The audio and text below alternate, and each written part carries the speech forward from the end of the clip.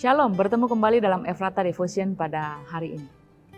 Banyak orang menyebut diri baik hati, tetapi orang yang setia siapakah menemukannya? Amsal 20 ayat 6.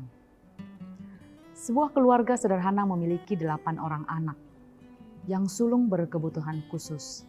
Ia tidak dapat melakukan apa-apa dan semua harus dibantu. Pastilah sungguh merepotkan di mana anak sulung biasanya diharapkan bisa membantu mengurus adik-adik dan rumah.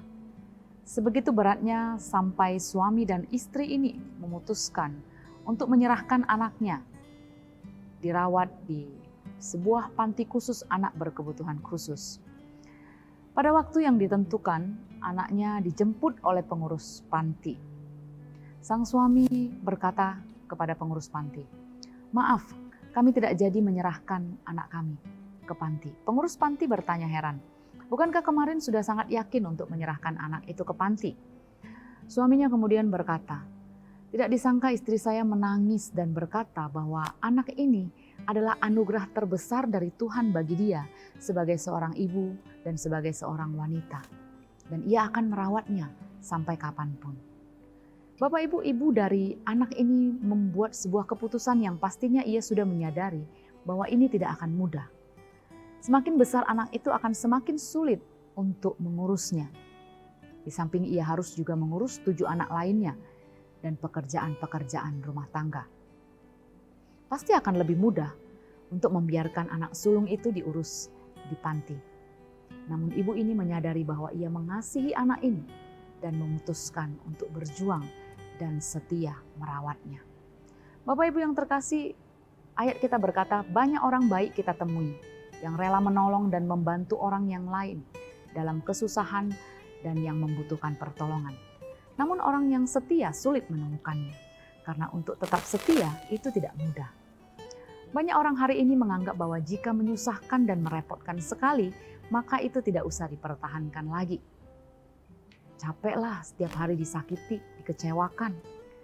Sudah sabar saya ini, tapi kesabaran ada batasnya.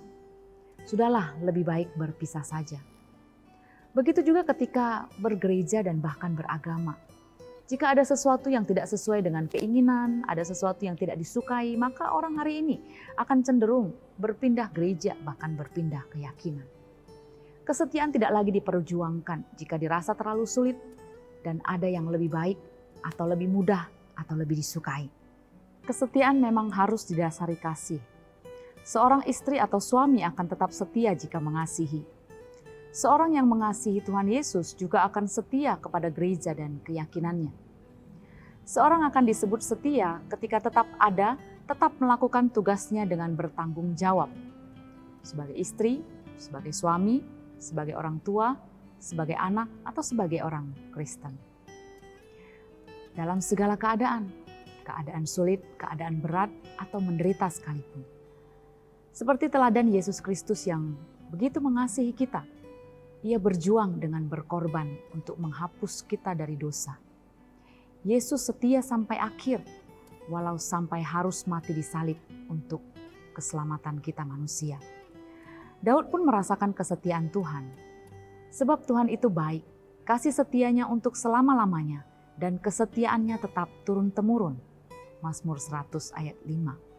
Daud merasakan kesetiaan Allah dan ia tetap setia kepada Allah juga dalam menghadapi kesulitan sekalipun di hidupnya. Bapak Ibu, pada masa pandemi sekarang ini, saya berharap keadaan kita semua membaik dan terus membaik dalam pemeliharaan Tuhan. Namun jikapun kita masih dalam keadaan sulit, seberapa sulit pun keadaan kita, mari kita tetap setia kepada Tuhan. Karena Ia yang telah setia sampai mati untuk kita, saya percaya akan tetap setia menjaga dan memelihara hidup kita yang berharap dan tetap setia kepadanya. Tetap setia kepada Tuhan dengan tetap melakukan kehendak dan perintah Allah, walau tidak mudah, walau sulit, walau menderita. Tetap bersandar kepada Tuhan dan minta kekuatan Roh Kudus untuk memampukan kita. Biarlah kita menjadi orang-orang yang setia. Karena firman Tuhan berkata, "Hendaklah engkau setia sampai akhir, dan aku akan mengaruniakan kepadamu mahkota kehidupan." Wahyu 2 ayat 10b. Tuhan menguatkan kita. Shalom.